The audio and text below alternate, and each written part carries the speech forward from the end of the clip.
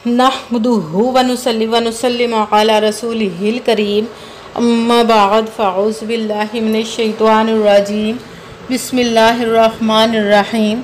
मेरे मुअज़्ज़ज़ सामाईन इकराम, अस्सलामु अलैकुम व रहमतुल्लाहि व बरकातुहू। मैं अपने रब्बे कायनात से ये दुआ करती हूँ कि मेरे जितने भी सुनने वाले हैं, रब्बे कायनात सबको सेहतमंद, तंदुरुस्त और लंबी ज़िंदगियाँ अता फ़रमाए।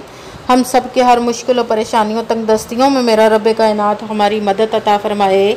हमें ज़हनी, रूहानी, जिस्मानी अज़ियत और तकलीफ़ और बीमारियों से निजात अता फ़रमाए। हमें ज़हनी और रूहानी सुकून अता फ़रमाए। हमें बीमार दुनिया से बचाकर बीमार मदीना बनाए। और जो हम सब के हक़ों में बेहतर है, मेरा रब्बे कायनात हमारे लिए वो अता फ़रमाए। और जो हमारे हक़ों में बेहतर नहीं, उसका ख़्याल भी हम सब के दिलों से निकाल दे और हम सबको अपनी रज़ा पर राज़ी रहने वाला बना दे। आमीन सुमा आमीन। माशाल्लाह से आज यकम सफ़रुल मुज़फ़्फ़र का दिन है, बुध का दिन है। सिर्फ़ एक बार जो मैं आप लोगों को वजीफ़ा बताने लगी हूँ, इसको पढ़ लेना। ये वजीफ़ा एक घर को रिज़्क़, दौलत, बरकत, पैसा बरकत से भर देगा। ये बहुत ही कमाल का और पावरफुल वजीफ़ा है। ये वजीफ़ा पढ़ते ही आपकी हर गम, हर दुख, हर परेशानी, हर बीमारी सब ख़त्म हो जाएगी और हर हाजत, हर मुराद फ़ौरन पूरी हो जाएगी इंशाअल्लाह अज़ीज़। जो ये सफ़र का महीना है, इसको अक्सर लोग कहते हैं कि इसमें ना तो नया सफ़र करना चाहिए, ना कोई नया काम करना चाहिए। अगर आप इस वजीफ़े को पढ़कर अपने किसी नए काम को शुरू करते हैं या सफ़र करते हैं या अच्छा कोई काम करते हैं, तो उसमें रब्बे कायनात अपनी बरक़ात शामिल कर देगा। आपकी हर हाजत मुराद को पूरा अता फ़रमाएगा इंशाअल्लाह अज़ीज़। बहुत ही ख़ास पावरफुल वजीफ़ा है। इस वजीफ़े को आज के दिन आप स्किप मत कीजिएगा, छोड़िएगा मत।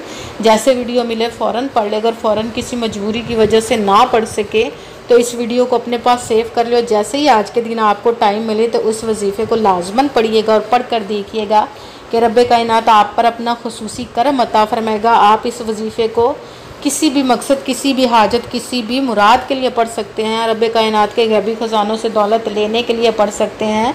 आपका अपना घर नहीं, घर ख़रीदने के लिए पढ़ सकते हैं।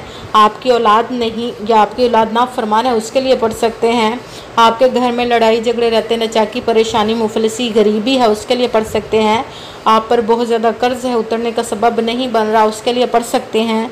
आपके घर में कोई बहुत ज़्यादा बीमार है या आप खुद बीमार हैं, उसके लिए पढ़ सकते हैं। आपका अच्छा भला कारोबार चलता हुआ अचानक से बंद हो गया, उसके लिए पढ़ सकते हैं। आपकी शादी नहीं हो रही या आपके बच्चों की शादियां नहीं हो रही, उसके लिए पढ़ सकते हैं। आपके पास अच्छी जॉब नहीं, जॉब लेने के लिए पढ़ सकते हैं। आपके घर में, आपकी ज़िंदगी में सुकून नहीं, आपके कारोबार में, दौलत में, रिज़्क़ में बरकत नहीं, उसके लिए पढ़ सकते हैं। आप पर जादू टूना, बंदिश, नज़र बद, हसद कुछ भी है, उसको ख़त्म करने के लिए पढ़ सकते हैं।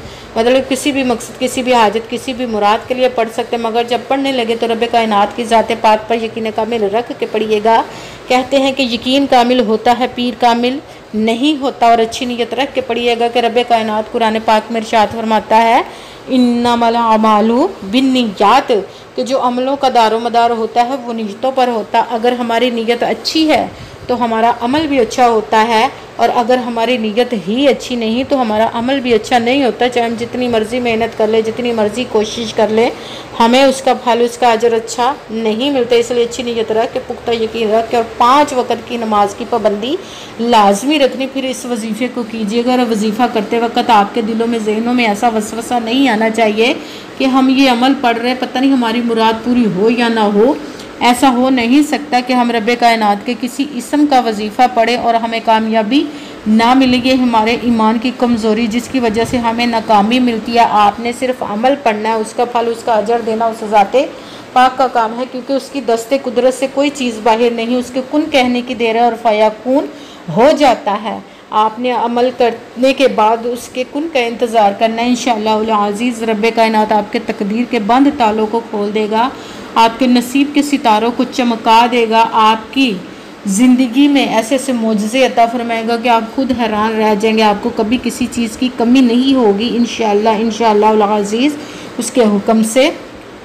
अगर वीडियो अच्छी लगे तो इसको लाइक ज़रूर कीजिएगा और आगे भी शेयर कर दीजिएगा, ताकि किसी दूसरे को हमारी वजह से फ़ायदा पहुँचे तो हमारे लिए सदका जारिया बन जाओ। जो नए हैं इस चैनल पर, इस चैनल को सब्सक्राइब कर लें और बेल आइकन का भी दबा लें ताकि मेरी अगली आने वाली वीडियो आप तक पहुंच सके। अगर कोई मुझसे किसी मसले के बारे में इस्तिहारा करवाना चाहते हो या किसी काम का हिसाब लगवाना चाहते हो, किसी काम के लिए वजीफ़े का पूछना चाहते हो या कुरान पाक ऑनलाइन पढ़ना चाहते हो, महफिल मिलादुन नबी के लिए बुलवाना चाहते हो, तो व्हाट्सएप का नंबर वीडियो पर चल रहा है, आप लोग मुझसे रब्ता कर सकते हैं। अगर मेरे भाई या बुज़ुर्ग मुझसे रब्ता करना चाहते हो तो व्हाट्सएप पर वॉइस मैसेज करके अपना मसला बता सकते हैं। अगर बहनें या माएँ मुझसे रब्ता करना चाहती हो तो व्हाट्सएप पर वॉइस कॉल करके मुझसे बात कर सकती हैं, अपना मसला बता सकती हैं। आपने वजीफ़ा करने से पहले कमेंट्स में अपना नाम और जहां आप रहते हो उस जगह का नाम और अल्लाह पाक का एक नाम ज़रूर लिखना ताकि मैं भी आप लोगों के लिए दुआ कर सकूं और फिर वजीफ़े की भी आप लोगों को इजाज़त मिल जाएगी। आपने वजीफ़ा करने से पहले कमेंट्स में अपना नाम और जहाँ पर रहते हो उस जगह का नाम और अल्लाह पाक का नाम ज़रूर लिखना है। और वजीफ़ा करने से पहले आपने पूरी वीडियो को ध्यान के साथ सुन के समझ के फिर वजीफ़े को करना है।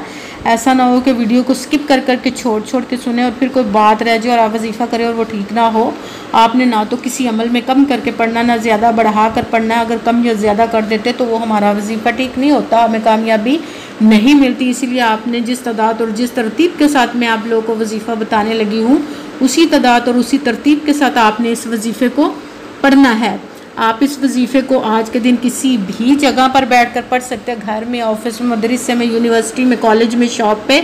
मगर जब पढ़ने लगे बिल्कुल खामोशी तवज्जो सुकून के साथ पढ़ने का। वजीफ़े के दरमियान ना तो आपने किसी से बात करनी, ना उठना, ना फ़ोन इस्तेमाल करना है। अगर हम किसी से बात कर लेते, उठ जाते तो वो हमारा वजीफ़ा ठीक नहीं होता, हमें कामयाबी नहीं मिलती। इसलिए मुकम्मल वजीफ़ा पढ़ने के बाद आपने किसी से बात करनी, उठना या कि फ़ोन इस्तेमाल करना है। आप इस वजीफ़े को आज के दिन किसी भी वक्त पढ़ सकते, किसी भी नमाज के साथ पढ़ सकते, नमाज के अलावा भी पढ़ सकते हैं। अगर आप नमाज के साथ पढ़ रहे हैं तो नमाज मुकम्मल पढ़ने के बाद, दुआ मांगने के बाद आपने इस वजीफ़े को पढ़ना है। अगर नमाज के अलावा पढ़ रहे तो आपने ऐसी जगह पर बैठ कर पढ़ना जहाँ बिल्कुल खामोशी तवज्जो सुकून के साथ आप इस वजीफ़े को पढ़ सकें। जब वजीफ़ा पढ़ने के लिए आप बैठ गए तो एक मरतबा दुरूद पाक पढ़ना, कोई सा भी दुरूद पाक पढ़ सकते हैं, मगर दुरूद इब्राहिमी जो नमाज में पढ़ा जाता है वो वाला दुरूद पाक एक मरतबा पढ़ ले तो ज़्यादा बेहतर, वरना कोई सा भी दुरूद पाक पढ़ सकते हैं। दुरूद पाक पढ़ने के बाद एक मरतबा आऊज़ु बिल्लाहि मिनश शैतानिर रजीम बिस्मिल्लाहिर्रहमानिर्रहीम पढ़कर अपने मकसद की नीयत कर लेनी, जिस मकसद, जिस हाजत के लिए आप इस वजीफ़े को पढ़ने लगे हैं। फिर सबसे पहले नंबर पर जो वजीफ़ा आपने पढ़ना है वो है बिस्मिल्लाहिर्रहमानिर्रहीम, बिस्मिल्लाहिर्रहमानिर्रहीम, बिस्मिल्लाहिर्रहमानिर्रहीम, बिस्मिल्लाहिर्रहमानिर्रहीम। इसको आपने 11 मरतबा 11 टाइम पढ़ना है। फिर साथ ही दूसरे नंबर वाला वजीफ़ा आपने शुरू कर देना आयत करीमा का, जिसको तस्बीह यूनुस भी कहा जाता है। जब हज़रत यूनुस अलैहिस्सलाम को मछली के पेट में चले गए थे तो उन्होंने इस आयत करीमा का वजीफ़ा किया था और मछली के पेट से निजात पाई। तो आप भी इस वजीफ़े को जब करेंगे तो आप भी हर मुश्किल परेशानी से निजात पाएंगे इंशाअल्लाह अज़ीज़ रब्बे कायनात के हुक्म से। आयत करीमा को आपने ला इलाहा इल्ला अंता सुब्हानका इन्नी कुन्तु मिनज़ ज़ालिमीन, ला इलाहा इल्ला अंता सुब्हानका इन्नी कुन्तु मिनज़ ज़ालिमीन, ला इलाहा इल्ला अंता सुब्हानका इन्नी कुन्तु मिनज़ ज़ालिमीन, ला इलाहा इल्ला अंता सुब्हानका इन्नी कुन्तु मिनज़ ज़ालिमीन। आयत करीमा को आपने 11 मरतबा 11 टाइम पढ़ना। फिर साथ ही तीसरे नंबर वाला वजीफ़ा सूरत नास का, जो कुरान पाक की एंड में 30वें पारे की सूरत है।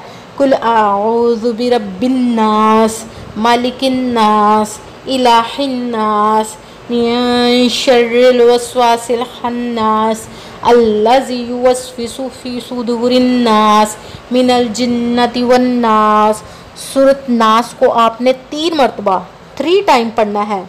सबसे पहले एक मरतबा दुरूद पाक पढ़ा, फिर एक मरतबा आपने आऊज़ु बिल्लाहि मिनश शैतानिर रजीम बिस्मिल्लाहिर्रहमानिर्रहीम पढ़कर अपने मकसद की नीयत कर लेने, जिसके लिए वजीफ़ा पढ़ने लगे हैं। फिर पहले नंबर पर जो वजीफ़ा पढ़ना है बिस्मिल्लाहिर्रहमानिर्रहीम का पढ़ना है कि अल्लाह के नाम से शुरू करना है।